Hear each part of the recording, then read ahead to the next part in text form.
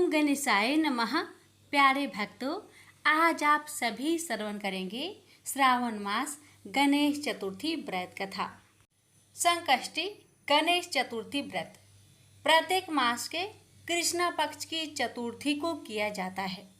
श्रावण मास के कृष्णा पक्ष की चतुर्थी को किया जाने वाला व्रत श्रावण संकष्टी गणेश चतुर्थी व्रत कहलाता है। भविष्य पुराण में कहा गया है कि जब मन संकट से घिरा महसूस करे तो गणेश चतुर्थी का व्रत करे। इससे कष्ट दूर होते हैं और धर्म, अर्थ, मोक्ष, विद्या, धन व आरोग्य की प्राप्ति होती है।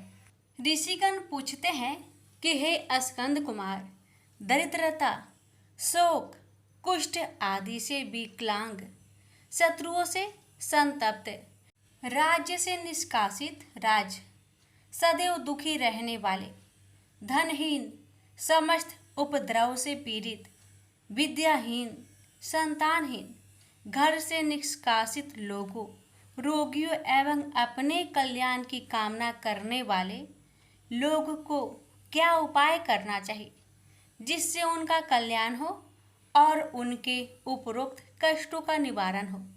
यदि आप कोई उपाय जानते हो तो उसे बतलाएं।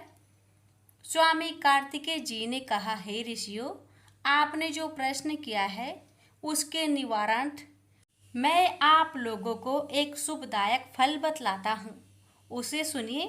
इस व्रत के करने से पृथ्वी के समस्त प्राणी सभी संकटों से मुक्त हो जाते हैं। यह व्रत राज महापुण्यकारी एवं मानव को सभी कार्यों में सफलता प्रदान करने वाला है। विशेषतया यदि इस व्रत को महिलाएं करें तो उन्हें संतान एवं सौभाग्य की वृद्धि होती है।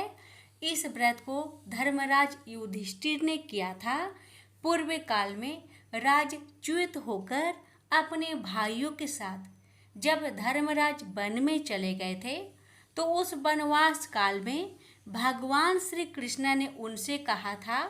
युधिष्ठिर ने भगवान श्री कृष्ण से अपने कष्टों के शमनार्थ जो प्रश्न किया था उस कथा को आप श्रवण कीजिए। युधिष्ठिर पूछते हैं कि हे पुरुषोत्तम, ऐसा कौन सा उपाय है जिससे हम वर्तमान संकटों से मुक्त हो सके।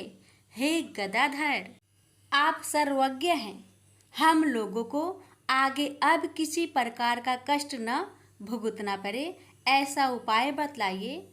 स्कंद कुमार जी कहते हैं कि जब धैर्यवान युधिष्ठिर विनम्र भाव से हाथ जोड़कर बारंबार अपने कष्टों के निवारण का उपाय पूछने लगे तो भगवान श्री कृष्ण ने कहा कि हे राजन, संपूर्ण कामनाओं को पूर्ण करने वाला एक बहुत बड़ा गुप्त व्रत है। हे युधिष्ठिर, इस व्रत के संबंध में मैंने आज तक किसी को नहीं बतलाया है। हे राजन, प्राचीन काल में सतयुग की बात है कि पर्वतराज हिमालय की सुंदर कन्या पार्वती ने शंकर जी को पति रूप में प्राप्त करने के लिए गहन वन में जाकर कठोर तपस्या की, परंतु भगवान शिव प्रसन्न होकर प्रकट नहीं हुए। तब शैल तनया पार्वती जी ने अनादि काल से विद्यमान गणेश जी का स्मरण किया। गणेश जी को उसी क्षण प्रकट देखकर पार्वती जी ने पूछा कि मैंने कठोर, दुर्लभ एवं लोमहर्षक तपस्या की, किंतु अपने प्रिय भगवान शिव को प्राप्त ना कर सकी। वह कष्ट विनाशक दिव्य व्रत जिसे नारद जी ने कहा है और जो आपका ही व्रत है, उस प्राचीन व्रत के तत्व को आप मुझसे कहिए। पार्वती जी की बात सुनकर तत्कालीन सिद्धिदाता गणेश जी उस कष्टनाशक शुभदायक व्रत का प्रेम से वर्णन करने लगे। गणेश जी ने कहा, हे अचल सुते, अत्यंत पुण्यकारी एवं समस्त कष्टनाशक व्रत को कीजिए। इसके करने से आपकी सभी आकांक्षाएं पूर्ण होगी और जो व्यक्ति इस व्रत को करेंगे उन्हें भी सफलता मिलेगी। श्रावण के कृष्ण चतुर्थी की रात्रि में चंद्रोदय होने पर पूजन करना चाहिए। उस दिन मन में संकल्प करें कि जब तक चंद्रोदय नहीं होगा मैं निराहार रहूंगी। पहले गणेश पूजन कर ही भोजन करूंगी। मन में ऐसा निश्चय करना चाहिए। इसके बाद सफ़ेद तिल के जल से स्नान करें, मेरा पूजन करें। यदि सामर्थ्य हो तो प्रतिमास स्वर्ण की मूर्ति का पूजन करें। अभाव में चांदी, अष्टधातु अथवा मिट्टी की मूर्ति की ही पूजा करें।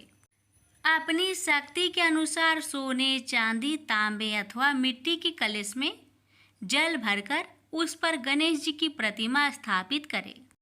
मूर्ति कलश पर वस्त्र आच्छादन करके अष्टदल कमल की आकृति बनावे और उसी मूर्ति की स्थापना करें।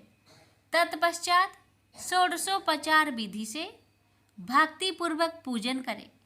मूर्ति का ध्यान निम्न प्रकार से करें। हे लंबोदर, 4 भुजा वाले, 3 नेत्र वाले, लाल रंग वाले, हे नील वर्ण वाले, शोभा के भंडार, प्रसन्न मुख वाले गणेश जी, मैं आपका ध्यान करता या करती हूँ। हे गजानन, मैं आपका आह्वान करता या करती हूँ। हे विघ्नराज, आपको प्रणाम करता हूँ। यह आसन है। हे लंबोदर, यह आपके लिए पाद्य है। हे शंकर सुवन, यह आपके लिए अर्घ है। हे उमापुत्र, यह आपके स्नानार्थ जल है। हे वक्रतुंड, यह आपके लिए आचमनीय जल है। हे शूर्पकर्ण, यह आपके लिए वस्त्र है। हे सुशोभित, यह आपके लिए यज्ञोपवीत है। हे गणेश्वर, यह आपके लिए रोली चंदन है। हे विघ्न विनाशन, यह आपके लिए फूल है। हे विकट, यह आपके लिए धूप बत्ती है। हे वामन, यह आपके लिए दीपक है। हे सर्वदेव, यह आपके लिए लड्डू का नैवेद्य है। हे देव, यह आपके निमित्त फल है। हे विघ्नहर्ता, यह आपके निमित्त मेरा प्रणाम है। प्रणाम करने के बाद क्षमा प्रार्थना करें। इस प्रकार षोडशोपचार रीति से पूजन करके नाना प्रकार के प्रसादों को बनाकर भगवान को भोग लगाए। हे देवी, शुद्ध देसी घी में 15 लड्डू बनाए। सर्वप्रथम भगवान को लड्डू अर्पित करके उसमें से 5 ब्राह्मणों को दे दे। अपनों सामर्थ्य के अनुसार दक्षिणा देकर चंद्रोदय होने पर भक्ति भाव से अर्घ देवे। तदंतर 5 लड्डू का स्वयं भोजन करे। फिर हे देवी, तुम सब तिथियों में सर्वोत्तम हो, गणेश जी की परम प्रियतमा हो। हे चतुर्थी, हमारे द्वारा प्रदत्त अर्घ को ग्रहण करो, तुम्हें प्रणाम है। निम्न प्रकार से चंद्रमा को अर्घ प्रदान करें। क्षीर सागर से उत्पन्न हे लक्ष्मी के भाई, हे निशाकर, रोहिणी सहित हे शशि, मेरे दिए हुए अर्घ को ग्रहण कीजिए। गणेश जी को इस प्रकार प्रणाम करें। हे लंबोदर, आप संपूर्ण इच्छाओं को पूर्ण करने वाले हैं, आपको प्रणाम है। हे समस्त विघ्नों के नाशक, आप मेरी अभिलाषाओं को पूर्ण करें। तत्पश्चात ब्राह्मण की प्रार्थना करें। हे दिव्यराज, आपको नमस्कार है। आप साक्षात देव स्वरूप हैं। गणेश जी, प्रसन्नता के लिए हम आपको लड्डू समर्पित कर रहे हैं। आप हम दोनों का उद्धार करने के लिए दक्षिणा सहित इन 5 लड्डुओं को स्वीकार करें।